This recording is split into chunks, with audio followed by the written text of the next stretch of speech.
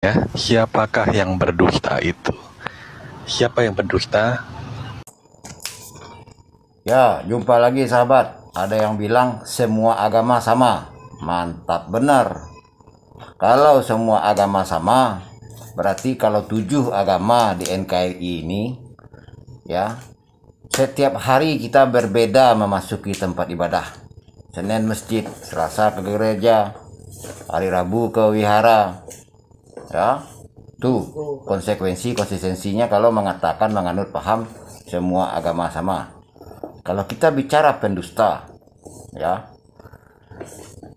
Lembaga Alkitab Indonesia sangat bertanggung jawab karena itu adalah radikalisme, terorisme, ya, itu adalah eksploitasi yang paham, yang keimanan akidah, ya, yang berhubungan juga dengan legitimasi esensi ajaran agama Islam dicaplok oleh Kristen, mau atas nama Yesus, mau atas nama Yesus Kristus, yang mau mengaku Yesus itu Tuhan berbentuk manusia lah, yang Trinitas lah, ya, itu adalah tindak kejahatan, itu adalah pencelaan, penghujatan, ya, itu adalah kejahatan besar.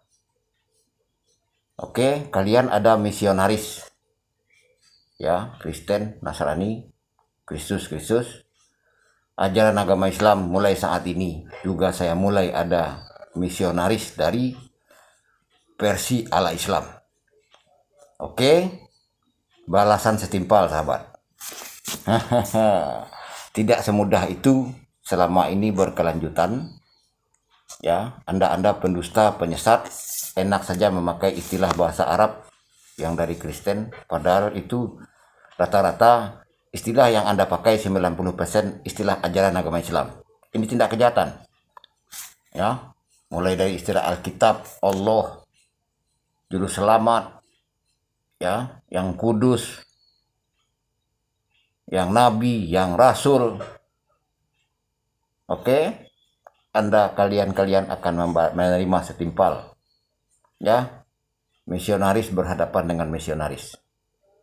Oke, dilanjutkan Laskar Api, dilanjutkan sahabat yang tekun berdialog ajaran agama, dialog adat dan budaya secara sejarah, maknawi, hukum, manajemen, tata kelola. Dari segala hal keruh dan kusut harus dikembalikan kepada sebab. Oke, izin stit ya Bang Zuma. Semangat terus sahabat Laskar.